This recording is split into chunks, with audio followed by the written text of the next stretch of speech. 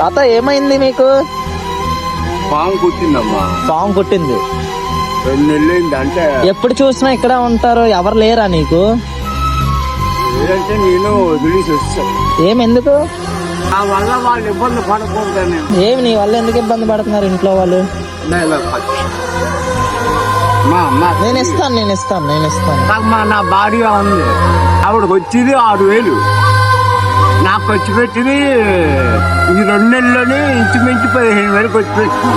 15,000 hospital అడిగి.